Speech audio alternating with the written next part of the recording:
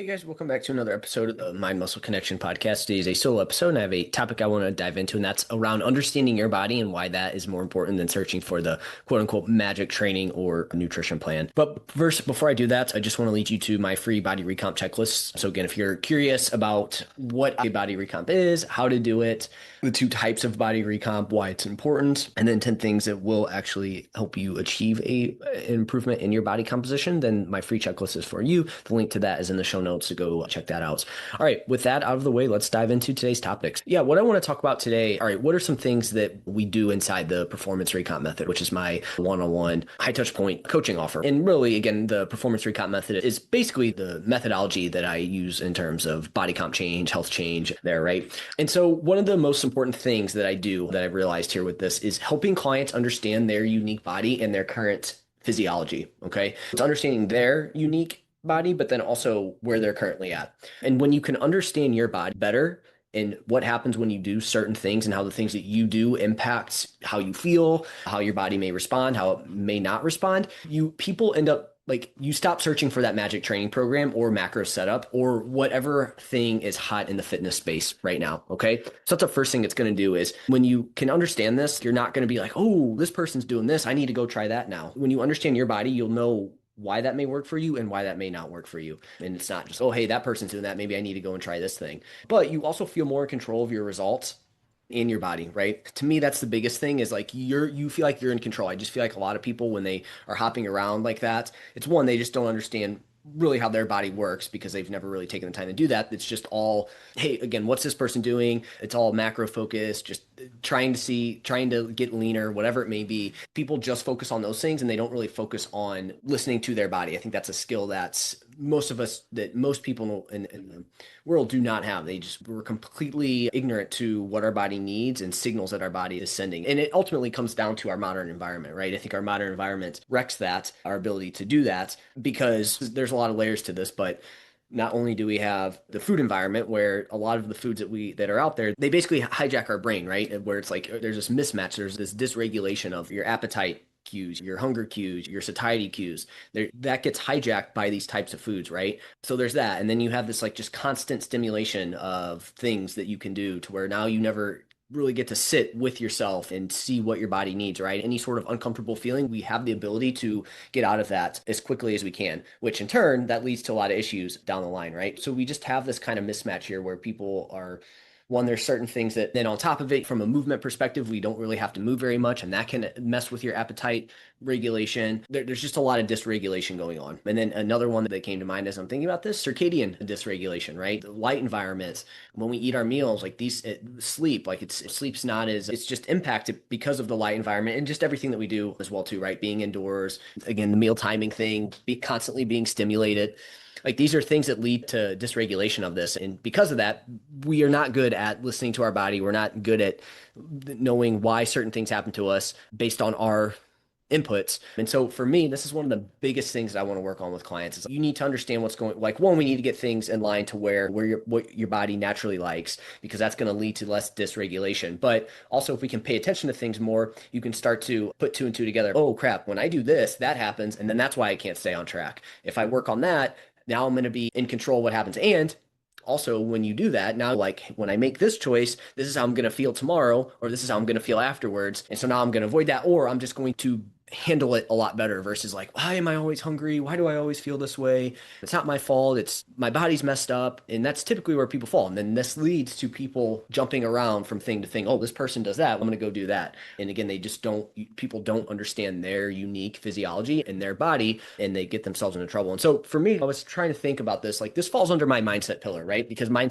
to me, mindset's like brain health, mindset towards fitness, whatever it may be, your mindset towards like growth, just your mindset in general towards life, it all falls under that. And to me, this does fall under like the knowledge piece of knowing yourself. And to me, that falls under the mindset. So when we talk about my 5 pillars of the Performance Recomp Method, we're looking at training, nutrition, movement, lifestyle, and then mindset. And this is where this is going to fall under there. Again, most people just like, you don't need new fancy diet or workout plan. Again, I get those things are shiny object syndrome. You just need to understand how your actual body works. Because again, even the best plan, like any of these things, it won't work if it's out of sync with your current physiology. This was brought up because I remember I had a conversation with my wife. She said she listened to a podcast and they were like, oh, you don't want to do that because that's bad. And it's, yes, they're right to an extent, but under the right situation, that may be something that's helpful. So let's just take a couple things. Let's take time restricted feeding. So again, in some situations, that may be the right strategy, but for some people, that may not be the right strategy. I think we all do some form of time restricted eating, so that's probably not the greatest example, but let's just take a calorie deficit or calorie surplus, either one of those. It's okay, calorie surplus, yes, if you want to build muscle and you want to build a lot of muscle and you're on the leaner side, you're going to need a calorie surplus.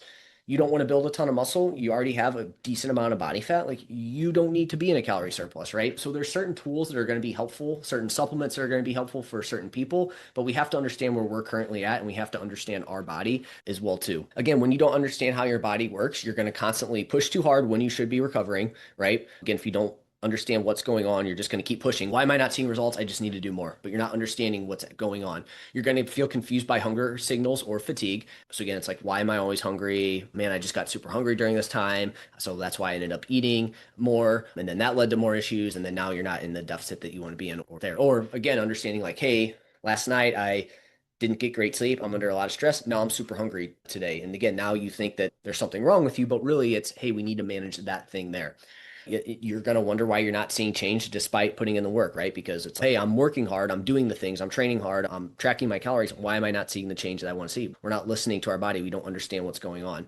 You're going to freak out over a temporary spike on the scale, right? So this is a perfect one where you come in the next day and you see your scale weight up and now you're like, oh crap, I gained a bunch of weight. What's going on? And then you correct and you push when you don't necessarily need to push, right? It could be something else. You could have didn't maybe you didn't have a bowel movement yesterday. Maybe you ate a little bit more sodium, right? And so now it's up a little bit and you're not understanding how your body responds to those things. You don't know how your body responds to those things. So now you're more likely to freak out over it. You're going to blame yourself or your body when the real issue is being underfueled or overstressed, right? Again, maybe you're trying to push fat loss and it's not happening, but it's like your stress load on your body is super high. And when that happens, you're more likely to crave certain foods or it's harder for you to stay on track or now your sleep's impacted and all these things are going to have this trickle down effect. When instead, if you can understand that, hey, I'm just like, I have a lot of stress on my body right now. I'm also not eating a ton of calories. Like this is the change I need to make today to help me with that. And then you'll burn out because you never learn how to adjust your inputs as well too. It's always go, I'm not losing body fat. I need to drop more. Hey, I'm in a building phase. I just need to keep pushing through and I just need to keep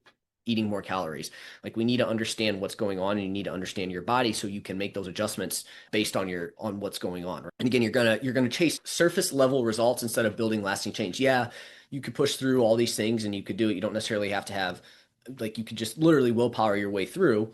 But those aren't going to be changes that actually last long term there. But when we understand our unique physiology and our body, you're going to stop chasing motivation and you're going to understand why it may be low. Hey, my motivation's low this week. All right. In my coaching, we're going to talk about what's going on. Is sleep. Oh crap. I haven't freaking slept good for the last 3 weeks. That's going to zap your motivation, right? So we need to work on that. And now when you don't get great sleep, your motivation is going to be off. Or maybe you're just under a ton of stress. You have a ton of other things going on. We can look into that a bit more. Again, understanding that also, it could just be motivation's low for a couple days. That's going to happen. That's a totally normal thing, right? And so you're not always looking at, I wasn't motivated this week, so I didn't want to do anything there.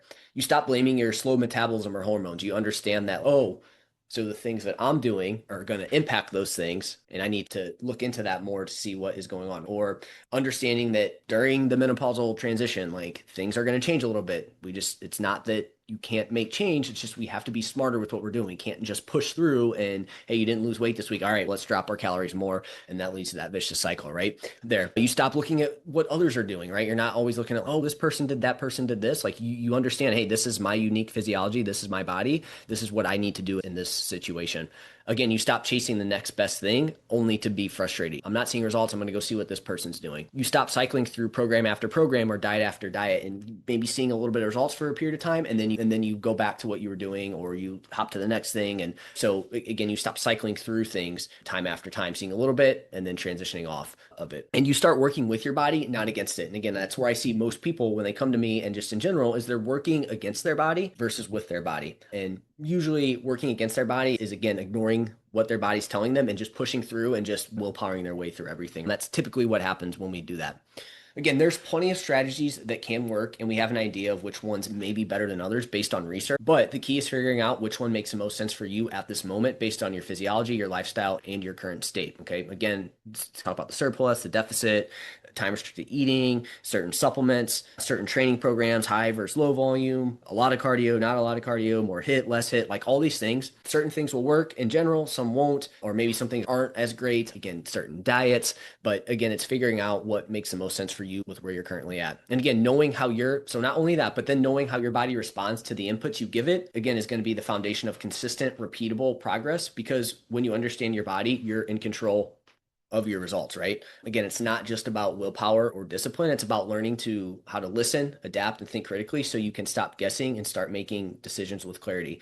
Again, this is exactly what I help my clients build so they can get better results now and know how to continue to get better results long term, right? So again, a lot of this is going to come down to like understanding our what is going on, right? Like checking in with ourselves, understanding how certain things impact it, right? And a lot of this is education, but it's also again checking in and having somebody that is not like you can do this on your own is going to require some education for sure. But again, this is where I think having somebody help you figure these things out can really be something that helps you long term, right? Because when we can develop the skill, that's where now we can see through some of the BS in the industry, right? Again, some more examples here. How your current body comp is going to impact things, right? Hey, when I'm in a deficit, I'm going to be a little bit hungrier. I need to be split, right? Whereas people don't pay attention to those things. Or, hey, when I don't eat for 3, 4, 5, 6 hours, I start to get hungrier. So again, figuring out things that impact your hunger. And again, this is all going to come from taking data and getting feedback on that. How your menstrual cycle can impact things, right? A lot of women don't understand how their menstrual cycle impacts what's going on, or how them not having a menstrual cycle is also not great from an overall health standpoint. Again, how you respond to stress or a poor night's sleep. Some people are, generally speaking, some people are going to typically be hungrier. Some people may not be. But again, if you're overly hungry, like we could look at this, hey, you're just under a lot of stress. Oh, crap. So anytime I'm under stress, I don't notice that I want to eat more, but I end up doing that. It's not the method at which you're going about things. It's not your macro setup. It's not the diet plan you're on. It's that, hey, your body, like when you're under stress, this is what happens, and you don't understand that. And so that's why you can't stay on track with what you're doing. So now we have two options. Do we change what we do? Do we lower stress on the body, or do we just understand that now that you have that awareness of what can go on, now you're more likely to make better decisions versus being like, why is this happening to me? Same thing with poor night's sleep, right? Same thing with training modalities. We can figure out which training modalities you respond better to and what lines up better with where you're currently at. Maybe for you, when you're in a deficit, your stress is a little bit higher. That's not the time to hammer down 6 days of weight training or 6 days of training with 2-a-days. Maybe we have to back off then. So these are all things that I want to teach clients and that I feel like they take away from. And it's a skill that, again, you can learn on your own, but obviously having somebody help you with that is super important. But in general, the takeaway from this episode is you need to learn about your body specifically and how you specifically respond, because otherwise you're not ever going to feel in control of what's going on. You're always going to be looking at other things that you can do, and you're probably going to be working against your body rather than with it. And when we can work with our body, results just happen more naturally there. So I hope this was helpful. I hope you took this away of, hey, I need to spend more time thinking about this, how my body responds, and understanding my current situation and where I'm at, because again, that's going to dictate the methods and where we go versus searching for that. Oh, hey, it's maybe I need to do calorie cycling. Maybe it's because I'm not calorie cycling. Maybe I need to do the keto diet, whatever it is. Like, you'll stop asking those questions and you'll know when to apply it to yourself. And again, one of the main things that I try and teach clients inside the Performance Recomp Method. So hopefully this was helpful. So with that out of the way, if you have found this podcast to be helpful in any way, if you could leave a rating and review, that will help more people find it. Follow me on Instagram, Jeff, HOEHN_. If you just have questions on this topic, maybe something didn't make sense, or you have other questions, follow me there. Shoot me over a message. That's it. Those are only things I want to lead you guys towards, other than the free body recomp checklist. But again, if you have any questions on this episode, drop them either in the comments on YouTube or shoot me a message on Instagram. That's it. Talk to you guys soon.